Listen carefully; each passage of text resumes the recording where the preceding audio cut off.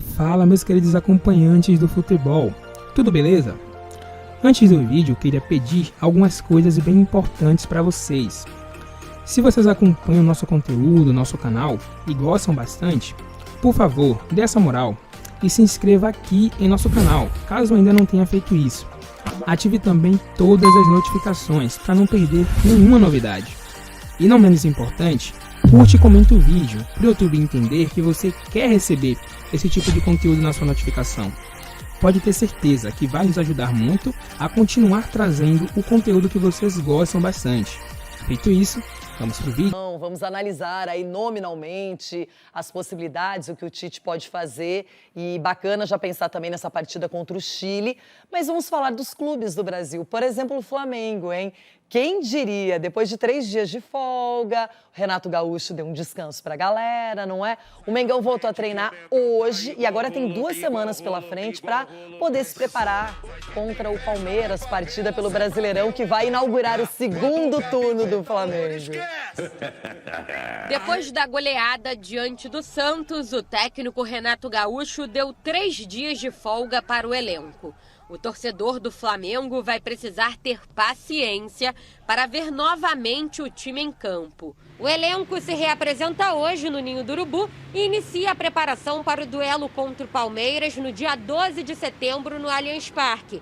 Se antes o problema do treinador era a falta de tempo, agora ele tem de sobra. Serão mais de 10 dias livres. Nesse período de semanas cheias, antecedendo a partida com o time paulista, Renato não vai contar com Gabigol, Everton Ribeiro, Arrascaeta e Isla, que estão defendendo suas seleções. Mas já sabe como vai aproveitar a mini pré-temporada. Treinar um pouco de tudo. Treinar a parte física, treinar a parte tática, treinar a parte técnica, cruzamento, chutes, enfim, tudo que é necessário treinar. É a primeira vez que a gente vai ter esse tempo privilegiado, entre aspas, né, para que a gente possa treinar o grupo.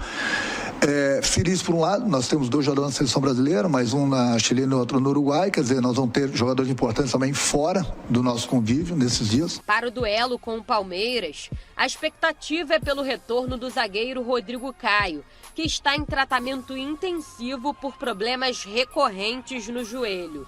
Bruno Henrique, com lesão na coxa, será reavaliado. Até aqui, sem pausas para treinamentos, o Flamengo de Renato Gaúcho tem números expressivos.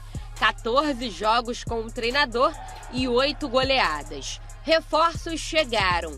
Na última partida, Andrés Pereira já deixou o cartão de visitas e ganhou elogios. Foi bem, é um jogador que a gente já conhecia, chegou, tem muita qualidade, e garoto tá louco para ter um espaço também na equipe, como todos os outros companheiros. E o recém-chegado Kennedy vai treinar com o grupo pela primeira vez hoje à tarde.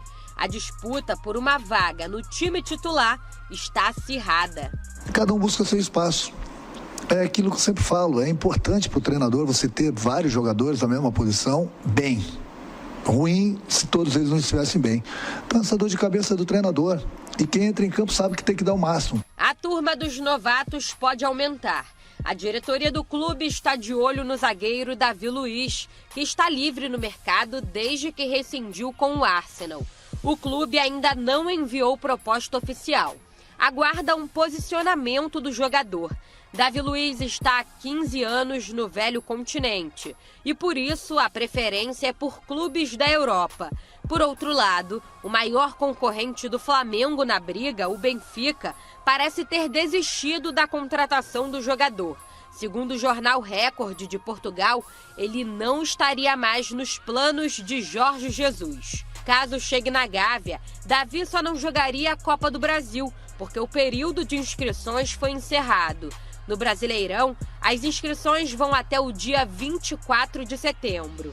A Libertadores permite alterações até 72 horas antes da semifinal. O jogador também foi pedido pela torcida do Corinthians, mas o presidente do Ilho descartou a chance de contratação. Onde ele vai jogar? Só resta aguardar. Estamos aqui de olho, não é, Denilson Show? O quê? Estamos de olho, eu vou te falar, hein? Cairia bem no Flamengo, hein, esse zagueiro, hein? Davi Luiz, Diadema, né? Visualizar diadema, nossa. Não, falando sério, se você pensar que o Rodrigo Caio não consegue ter ritmo, de um tempo pra cá sempre machucado, você contar com um zagueiro. O nível que o Flamengo já vem jogando, e você ter um zagueiro como ele, dá muito mais segurança, né? Provavelmente jogaria ali ao lado de repente, do Léo Pereira ou do Gustavo Henrique, enfim. A qualidade é o que não falta pro Davi Luiz.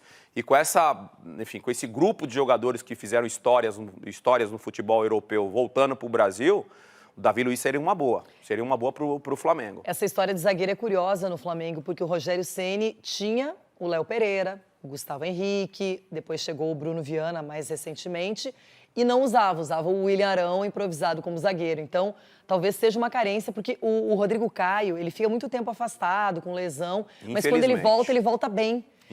O que me impressiona é que ele parece que não sente esse tempo sem atividade. E agora o Flamengo, se conseguir contratar o Davi Luiz, eu acho que é experiência, é um reforço de peso, é um cara de liderança, enfim, seria muito bom. Vamos ver no que vai dar essa história. Seria ótimo, não só para o Flamengo e, obviamente, para o futebol brasileiro, como eu falei antes, com essa chegada desses jogadores. Esse segundo turno do Campeonato Brasileiro promete. Daqui a pouquinho, notícias do líder. Pedro estava destacando. Olha só, 2/3 dos gols do Flamengo são marcados no segundo tempo. Então a gente teve aí, desde que o Renato chegou. No primeiro tempo, 16 gols marcados. No segundo tempo, 29. Dá pra gente tentar explicar esses números, Eugênio? O que você acha? Primeiro dizer que é natural que a maior parte dos gols saia no segundo tempo. Mas não nessa proporção. Aí está acima da média normal. Eu acho que passa muito pelo que a gente acabou de ver na reportagem ali. O Flamengo, quando tira do banco, tira jogadores de alto nível. E consegue encontrar soluções para situações que os adversários, na sua média, não têm. E é claro também, é uma situação que você está encontrando um time um pouco mais fechado, às vezes. Quando faz o primeiro, o segundo gol, o outro time ou tenta sair para empatar, diminuir a desvantagem, ou às vezes desiste mesmo, meio que relaxa, sabe? Perdi. E o Flamengo não relaxa nunca. O Flamengo joga os 90 ou 100 minutos ali, o tempo inteiro na pressão, na vontade, na disposição para buscar o resultado, para aumentar o placar. Não é um time que para, porque muitos times param. E essa acho que é uma grande virtude do Flamengo. Fiz 2-0, 3-0. Só naquele jogo com o Sport, lembra? Foi o único jogo. Sim, aquele jogo com o Sport estava tão fácil, o Sport praticamente não incomodou o Flamengo, que ele fez 2-0 e ficou ali, mas ainda assim, ainda teve um gol no lado do Pedro no final, ainda estava ali cercando. Não com o mesmo ímpeto, mas em geral é uma equipe que está sempre buscando mais. E eu acho que é consequência também da qualidade técnica do time. Busca sempre desde o começo dos jogos o gol. Por exemplo, em uma goleada contra o Olímpia, o primeiro gol do Arrascaeta sai no comecinho do jogo, com 6, 7 minutos. Alguns jogos se mostram mais difíceis, como aquele contra o São Paulo, lembra, Marra? E aí é só na reta final do jogo que saem os gols. Mas é um Flamengo que não para de procurar. Não, e eu acho que a gente não pode desprezar também, assim, que tem um primeiro tempo de observação e um segundo tempo de, tiramos algumas conclusões. E aí tem mérito do Renato, obviamente. Tiramos algumas conclusões do primeiro tempo. Eu acho que se a gente for por aqui, acho que se atacar por ali, acho que se tiver uma troca de passes mais rápido. E aí acaba que o Flamengo chega aos gols. É que não dá para apontar um fator. Acho que o Renato, na resposta, ele fala de preparação física. Ele agradece a preparação física. É normal que saia mais gol no segundo tempo. Tem um entendimento maior dos jogadores também contra adversários que, na grande maioria das vezes, não são tão afinados como é o time do Flamengo que está junto há um bom tempo. Mas o que é uma coisa que é interessante parte da matéria do Pedro. Os últimos 2 jogos foram fora de casa com placar de 4-0. E foram contra Grêmio e Santos. Tem algo aí, sabe? Entende? Tem um recado grande aí. O Grêmio em um jogo que tinha 11 contra 10. E o Santos na Vila Belmiro. É bom ficar de olho. Esse do Grêmio tem muito dedo do Renato, né? A maneira como ele arruma a equipe também no intervalo ali, não é, Eugênio? E eu imagino que quando o técnico no vestiário, num jogo complicado, faz essas mudanças que não são as mais prováveis, mas tem efeito, ele ganha ainda mais o grupo. Certo. O jogo com o Grêmio tem, além do dedo do Renato, o dedo do Filipão do outro lado. Que escancara o Grêmio. Foi um primeiro tempo muito difícil. Vamos lembrar isso. Foi um primeiro tempo muito difícil, 11 contra 11. A expulsão do Isla é no finalzinho do primeiro tempo. Para o segundo, o Renato ele toma uma decisão inicialmente mais defensiva. Opa, 2 linhas de 4, vamos segurar aqui, não vamos nos expor muito. Tá. Mas a partir do momento em que o Grêmio passa a se expor, ele entende e aí ele faz as mexidas certas. E não acho que tenha feito imaginando que fosse fazer 4 gols. Mas o jogo se abriu para isso e os gols foram saindo naturalmente. É claro que tem leitura do técnico, é claro que o Renato entende, ele percebe, mexe com as peças e sabe mexer bem porque ele tem muitas peças. Ele não precisa colocar sempre as mesmas. Agora ganhou mais. Mas no último jogo entrou o Andrés Pereira e quase que num dos primeiros toques da bola fez o gol.